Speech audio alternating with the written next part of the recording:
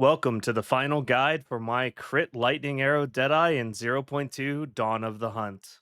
Following this guide to a T will allow you to clear juiced maps in an average of 3 minutes or less, clear your Simulacrum to finish the Delirium Atlas, and take down every Pinnacle boss in the game in less than a few minutes or even as little as 10 seconds, as you saw.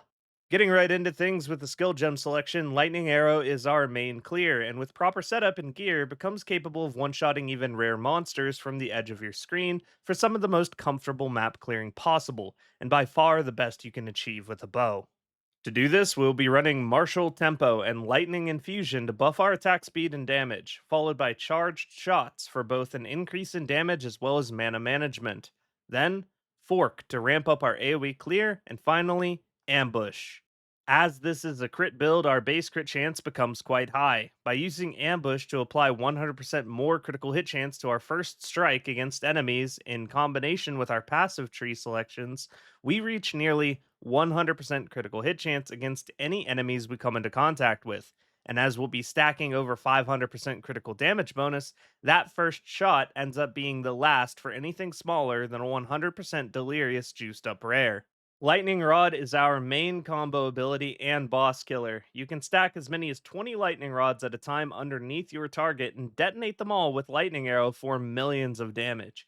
As just about every major boss in the game starts off the fight by giving you their life story, you have the opportunity to stack these before the fight even begins more often than not. Earlier in your endgame progression and during the campaign, you'll also be using Lightning Rod to clear tough rare monsters and packs that your Lightning Arrow can't handle by itself. You'll be using Primal Armament for 25% more damage straight up, as all Lightning Rod's damage is lightning damage, with 100% of your physical damage converted. Deliberation, as we plan to make use of the Rhoa mount, this is 20% free damage, as the movement speed penalty cannot be enforced while mounted. Concentrated effect for 30% more damage at the expense of area of effect that we no longer need by this point in our progression due to Lightning Rod's sole purpose being bosses and tough rares only. In your fourth slot, you'll be using Blindside for 15% more critical damage and critical chance against blinded enemies. We'll be able to blind any tough enemy or boss we come into contact with on demand, thanks to our Unsight notable in the passive tree, making our Voltaic mark remove the enemy's ability to critically hit and inflict them with a guaranteed blind. Before you manage to equip yourself with a bow that gives an extra arrow and your third ascendancy for endless munitions, you will have to use Scattershot. This is because Lightning Rod's DPS is per arrow fired, so 3 arrows compared to 1 is roughly triple the DPS due to enabling you to hit the maximum number of rods in 7 casts compared to 20. But 3 arrows up to 5 is closer to a 66%, reducing the casts to hit cap from 7 to 4, which is the point Scattershot stops being worth the massive damage and attack speed malice. For your fifth slot, we'll be using Execute for 50% more damage when our target reaches 35% life. Lightning Rod's damage is very gradual and made up of loads of individual hits, so that maximizes the value of a support like Execute, which could otherwise be wasted on abilities like, say, Snipe that blow past the 35% mark. Herald of Thunder goes hand in hand with our Lightning Arrow for map clear, cascading bolts of lightning across the screen onto anything that happens to survive the initial arrow or chain effects. We socket Innervate for a massive 35% boost to all our lightning damage for 5 seconds anytime our Herald happens to kill an enemy that's been shocked. We socket Reach for 35% more area of effect with no downsides, as an accuracy penalty means nothing to a Herald incapable of missing. Long shot, due to most of our kills happening at the edge of our screen, it's basically just 30% more damage for our Herald.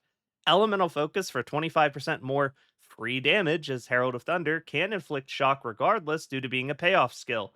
And finally, Magnified Effect to really triple down on its map clearing capability with even more area of effect. Barrage is still useful, although not nearly as dominant for us as it was in the campaign. It's great for initial burst damage on bosses, allowing you to instacast triple lightning arrows.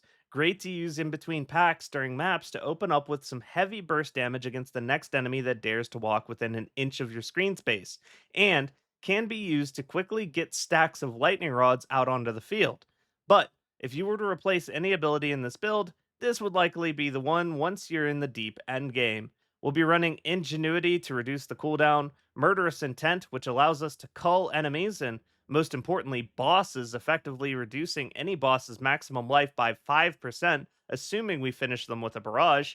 For meditation, to boost the damage of either ability we empower by 15%, and arcane tempo to reduce the cast time, making the ability more comfortable to use regularly.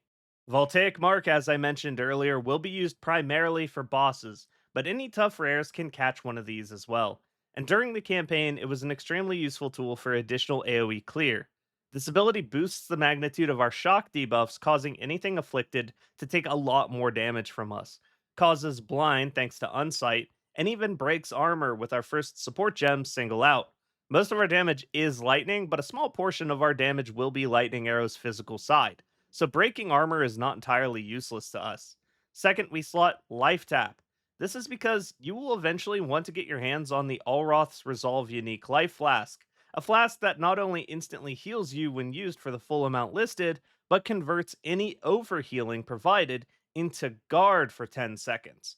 Guard is functionally an extra layer of hit points that has to be blasted through before your energy shield or life can be damaged, making it an unmatched survivability tool for our full evasion character. We'll be stacking this as high as almost 2,000 points of guard, which is functionally a double up of our life pool anytime we have it active. And between our fourth Ascendency Wind Ward's 30% damage reduction when we have full Tailwind stacks and that 4,000 effective life, we become pretty much impossible to one shot unless you drink and drive through some random area of effect attacks that bypass your evasion. Back to the topic of Voltaic Mark, the reason we're using Life Tap is so that at will during mapping and bossing, we can siphon off a bit of our life, allowing us to use Allroths whenever we want, and not just when we take a real hit, allowing us to use it as a barrier to our life pool instead of only as a reaction when we're slammed. As an option for a third support, I'm using Mana Bounty, which gives 100% more mana flask charges when killing with this skill. That sounds pretty useless, and it typically is, but when playing a map where you receive reduced flask charges, you can mitigate this problem somewhat by scoring kills with your Voltaic Mark while mapping. Wind Dancer accumulates stacks of extra evasion over time up to 3 stacks, losing all its stacks and knocking back enemies when we take a hit. Pretty straightforward defensive spirit skill. I socket it with blind and arm's length to both increase the knockback distance when we take a hit and blind any would be aggressors for their trouble. This build at a minimum requires 120 spirit to run, meaning you'll need a prefix on your body armor or preferably your amulet. If you happen to have an extra 15 beyond that, though, socket Herbalist into your Wind Dancer once you have an Allroth flask to increase the guard it provides by 30%, making us even harder to kill. Now let's talk about the Rhoa mount. Our feathered friend allows us to zip around the maps at a speed competitive with any top running build this league for unmatched clearing potential due to canceling all of our movement speed penalties. So we can just hold down the trigger on Lightning Arrow and sip our mana flask until the whole map is dead. Just be careful to not let your heavy stun meter fill up located above your flasks next to your life gauge. If you allow the meter to fill up, you'll be knocked from your mount and unable to move for 3 full seconds while your evasion is disabled, spelling certain death. Well, unless you pause and go to character select, which cancels the heavy stun and allows you to move upon logging back in. The meter is based on your maximum life, and stun buildup is resisted based on your stun threshold. I prefer to stack some stun threshold as a suffix in my boots with a heavy belt implicit for additional comfort while mapping. This makes it very difficult to be dismounted, but not impossible. Physical damage and melee damage builds up more stun, and a 200% extra stun buildup modifier on your map suffix will still send you for a tumble. So avoid this modifier as well as physical melee slams to keep yourself on the bird. For supports, we go with Loyalty to make 10% of the damage from hits we take instead get transmitted to our Rhoa, as well as Elemental Army and Meat Shield for some tankiness while dismounted. And no, Meat Shield does not reduce the damage we deal because of Inspiring Ally. Got this question a couple times now. It's a local modifier for the Rhoa and not a global one, so we are not affected. So that is all you need to know as far as the optimal mapping setup for our gems, but that is not the end of the skill gem section of the video. Everything we're about to talk about going forward in this section pertains to optimizing DPS against Pinnacle bosses, so you won't need to worry about any of these swaps against normal map bosses or even low tier Pinnacle bosses, really. That being said, these optimizations can be used at any time you feel you need the extra bossing power to swing above your gear's pay grade and will make all tiers below the maximum an absolute breeze. Against Pinnacle bosses, we're going to be swapping the fork and ambush off of our lightning arrow for a lightning exposure and strip away stored on our bow shot until we need them. Now, this build already gets enough pen to basically ignore enemy resistances for the most part, including Pinnacle bosses, but we're going to be using a unique glove called Leopold's Applause, which allows us to penetrate enemy resistances down to a minimum of negative 50% instead of the normal 0%. This is basically a 50% damage multiplier on our entire kit, assuming we're able to achieve this. Arbiter of Ash and Zesht have 75% elemental resistances, while the others have 30% or less. Exposure and curses are always first in the calculation, so with exposure and strip away, that reduces these bosses to 51%. Our passive tree has 66% penetration built in, and Leopold's has 10% itself, meaning we only need to find 25% more pen to reach negative 50% against Zesht and Arbiter. This can be achieved by having a corruption on your Leopold's for another 10 to 15% pen, or with jewel prefixes for 10% pen. Until you have this glove, though, you won't need to worry about the swap. If you want to deal even more damage, you can also swap out Execute on your Lightning Rod for Overextend, giving us way more critical damage. Overextend makes us more vulnerable to being stunned, but due to Pinnacle bosses and bosses in general being pretty telegraphed, this isn't much of a downside, and Overextend adds a lot of DPS in exchange. The last change we want to make fighting difficult bosses is dismounting from our Rhoa in exchange for a tamed beast with a haste aura. This gives us more DPS at the expense of our mobility, but more importantly, it puts us on the ground where we can cast Orb of Storms. If you followed my build since last league, you're familiar with this spell for its ability to proc lightning rods. While that interaction was nerfed to only happen a maximum of 1 time per second, it's now got two important purposes. We're going to be casting this ability with weapon set 2 only, and on that weapon set, we equip an Effigy of Cruelty. This causes stacks of critical weakness to build up each time a spell critically hits. And because the orb snapshots this effect before we switch back to our bow, this gives us a crucial way of causing this very hard to come by debuff. Basically, the 10% critical weakness we stack up with this spell is added to our base critical hit chance in the calculation. And because we're using a bow with a base critical hit chance of only 5%, or with a suffix closer to 10% at the max, that's going to be at a minimum double our critical hit chance, which in turn causes an absolutely massive critical increase to DPS. When it comes to what level you want this gem to be, the answer is as high as possible, as every level increases how many bolts it can fire before disappearing, and it fires bolts every time it comes into contact with our lightning skills, which is very often. Given our attack speed, that's pretty fast. Through an optimization in our passive tree weapon set we'll get into later, we'll be able to run this skill at a much higher level and easily approach a 100% critical hit rate. To do this, we're socketing Pinpoint Critical and Excise. This massively boosts our odds of scoring critical hits with the orb in exchange for a cooldown that doesn't matter because we're also attaching Persistence for more duration and optimizing our weapon set points to make sure that we have to interrupt our rotation as little as possible to cast this ability. Lastly, we socket Font of Rage so that being near the Orb of Storms gives us rage stacks, which are basically 1% more damage per stack up to a cap of 30 stacks. We can stack this before big boss encounters even begin, and maintain it by keeping the orb close to us. It'll be important to remember to recast this ability once every 12 to 18 seconds in order to keep your rage and the critical weakness from falling off. And it can be challenging to stay close enough to the boss and the orb to keep the rage buff, but the payoff is well worth it. If you can afford the perfect jeweler Orb of Storms, you could also add Inevitable Critical, but this won't be necessary if you follow my passive tree instructions closely. Instead, you could socket Lightning Mastery for another bolt from the orb before it dissipates. That does it for the skills, so next we're going to be going through the passive tree, talking through each choice from level 1 to 95. There's quite a lot going on with this passive selection and optimization with this tree, so let's go through it piece by piece. We start with Honed Instincts, but then as you can see, I've taken Combat Alchemy and Blur. these 4 points are not worth it until you have Olroth's Resolve. But once you do have it, this line of passives is how we get our flask up to 2,000 points of guard, which is very comfortable while mapping. So until you have Olroth's, you don't need to worry about picking up these 4 points. Next is Vile Wounds, as all our enemies will generally have ailments on them if they survive the first hit.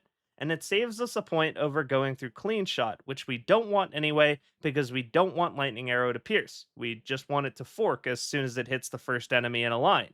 Next, we have a split. On weapon set 2, we're going to be picking up a bunch of intelligence, some crit chance, and a 32% skill duration from prolonged assault.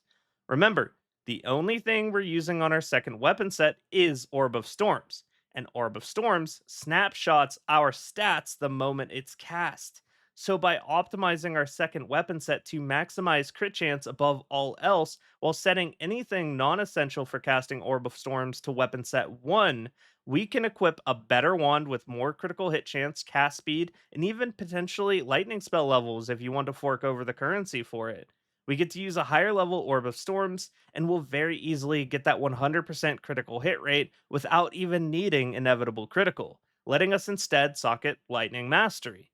So now that you understand the method behind the madness, we assign our attributes up to Master Fletching and Primal Sundering, then set them both to weapon set 1, as we only need these when our bow is out. Take the first critical damage towards Cooked, then set the critical damage with Cooked to weapon set 1 and the critical chance nodes to weapon set 2. Surging Currents goes on weapon set 1, as we only need lightning penetration when we're attacking. Next, take Escape Velocity for some movement speed and evasion. After that, grab some more movement speed, attack damage, and maim on hit with Maiming Strike. Then head down to Acceleration for even more movement speed as well as some skill speed. Now we path into the bow damage small passive here and set Snipe to weapon set 1. You could also set Feathered Fletching to weapon set 1, but there isn't any need for it, so we'll just allocate it normally. After this, we path up right outside Coming Calamity and set this large amount of increased damage to weapon set 1 due to our Herald being disabled while we have our wand equipped anyway. Next up is Inspiring Ally. This notable, and the ones leading up to it, give us a total of 80% increased damage due to Inspiring Ally causing all companion damage increases to affect us as well. This also opens the door for us to use companion damage as a jewel prefix, which maxes out at 20%, while other damage increase options typically max out around 15 or 16%. And because this is not a widely used or known about notable, companion damage can typically be found for cheaper prices than other competitive options when it comes to your jewel shopping. After that, we're taking Heartbreaking, Struck Through, and Heart Stopping to ramp up our crit stats. The final critical chance small node then goes to weapon set 2. Pick up the jewel socket, then path all the way around to Bestial Skin to double the evasion given to us by our body armor, and enhanced evasion for more dex and evasion rating. Grab Falcon Technique for a bit of scaling attack speed, and set the Wrapped Quiver line to weapon set 1. After that, we're going to be taking Unsight. As I mentioned earlier in the video, this makes it so marked targets cannot critically hit us, protecting us from bursts of damage, and gives us a guaranteed way to cause blind against strong rares and bosses in the form of our mark, which activates the blind side support on our lightning rod for a big increase to critical stats. Next is First Approach, which gives a very large boost to both damage and critical hit chance against enemies on full life.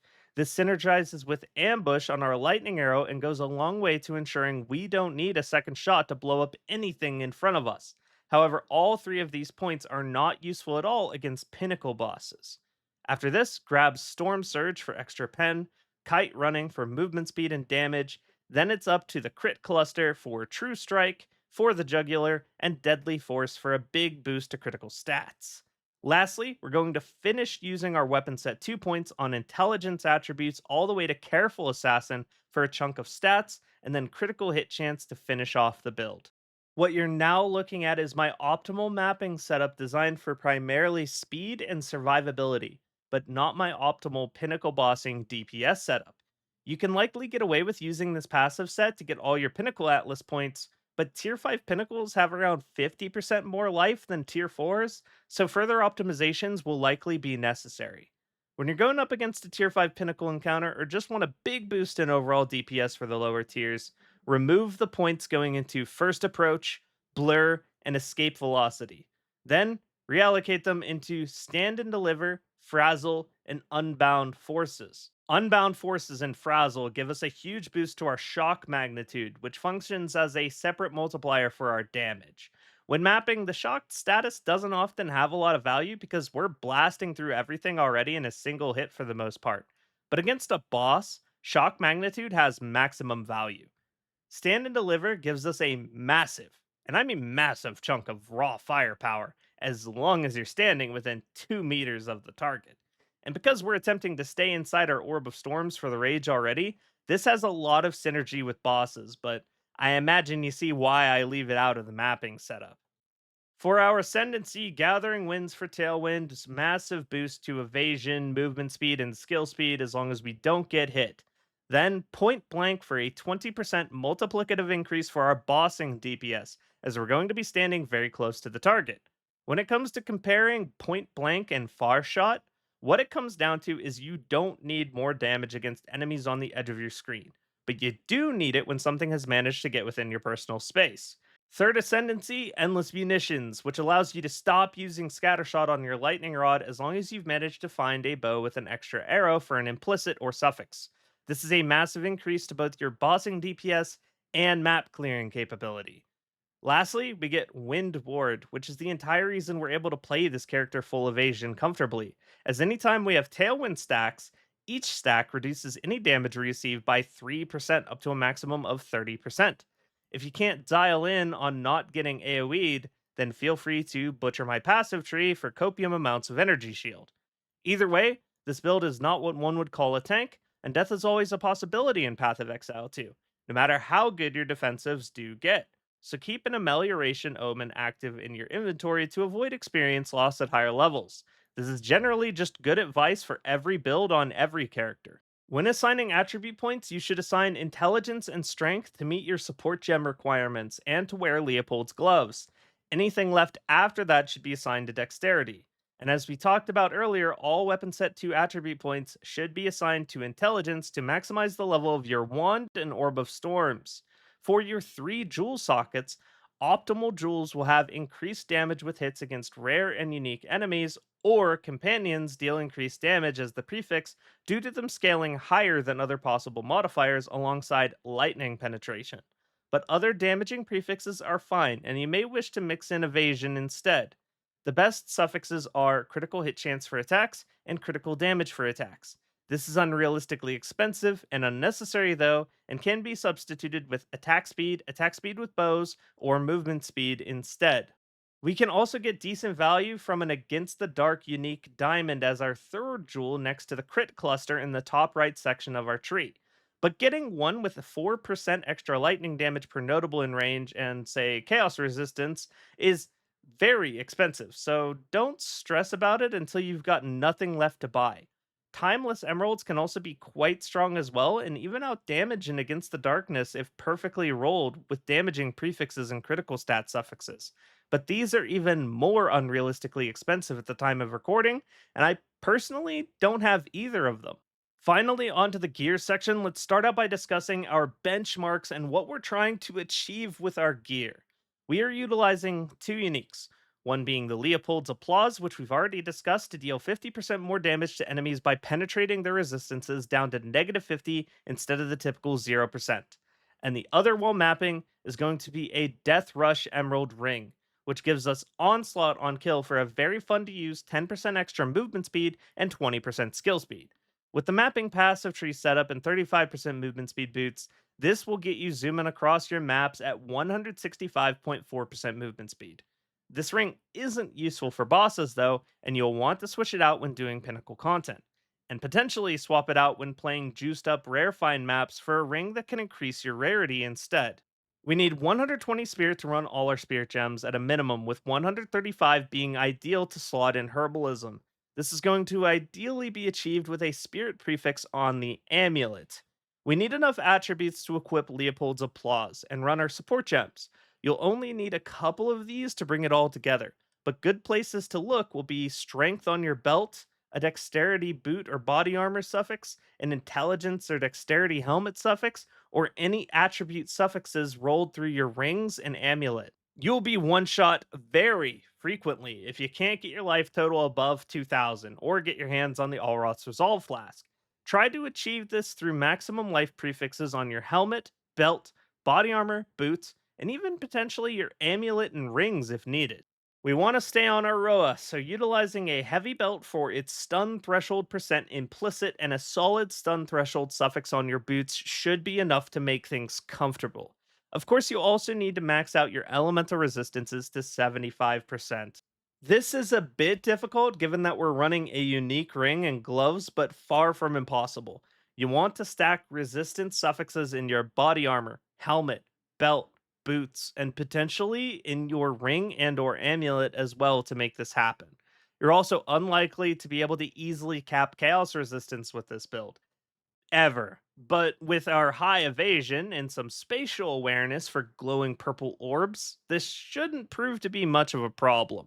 And of course, we need to deal damage. A lot goes into this, but what it comes down to is 20k Lightning Arrow Tooltip DPS will be sufficient for comfortable T15 mapping and does not need to include Leopold's or Olroth's Flask, although it does protect you from burst damage extremely well.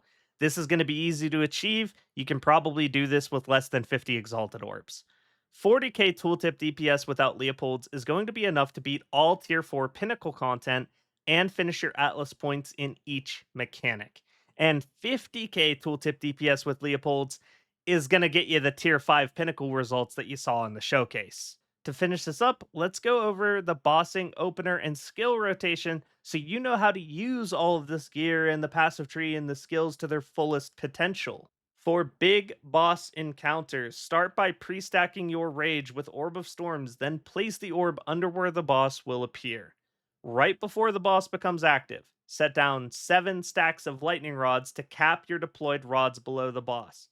Reset your Orb of Storms, then activate Barrage. The moment the boss becomes active, cast Voltaic Mark on the boss to boost your shock magnitude, apply blind, and start shredding armor. Then unleash your barraged lightning arrows for a massive burst to start the fight. Lightning rods can be procced a maximum of 8 times before disappearing, so we fire 5 more lightning arrows after using barrage. At this point, fall into a rotation of setting up 7 casts of lightning rods and proccing them with 8 lightning arrows while maintaining your mark and Orb of Storms under the boss until it goes down. Try to activate your Allroth's Flask in response to incoming heavy damage, or if possible, keep the guard rolling throughout the entire fight for one-shot prevention.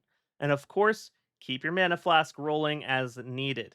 If you run out of mana, this is not a mana issue, this is a DPS issue. For simulacrums, it's a bit different, being more of a horde encounter with some weaker bosses sprinkled in. For these, I recommend instead staying on your Rhoa except on wave 10, where it's too close quarters to do so, and swapping magnified effect into your lightning rod over concentrated effect so that you can use it as area denial against the incoming waves. The extra damage also won't be necessary to deal with the weaker delirium bosses. Simulacrum is the hardest pinnacle encounter in the game at the time of recording, but the atlas for it barely works with 3 different completely broken passives, and it's also being made easier in an upcoming patch. So feel free to ignore this pinnacle encounter's existence like most of the player base is at the moment. If you need any more specific information or you want a leveling version of this guide, this is the 4th video I've made on this build, with each video covering a different point of the build's progression and growth throughout the league. So feel free to give those a look. I also have an extremely detailed Mobalytics link that you can look through, linked both in the description and pinned comment below. That Mobalytics guide, on top of having a written section for leveling, early endgame, and late endgame, also includes a live gear section for those of you that want to keep up with what gear I'm personally using, and even a no Rhoa version for the endgame build for those of you that don't want to use the bird for some reason. So yeah, that was my short guide to the Lightning Arrow Deadeye. If you use this build, I hope you have a fantastic league. And if you enjoyed the video, I'd appreciate it if you left a like and comment to help me grow as a creator in the Path of Exile community. It's more important than you'd think. I've also got a laundry list of mechanical guides and currency farming strategy videos coming up, so if you want to be notified when those go live, be sure to sub to the channel. If you have any questions for me personally related to the build, or you just want to come say hey, I also stream regularly on both Twitch and YouTube. Thank you to my coffee supporters who help keep the channel alive, and I'll see you next time.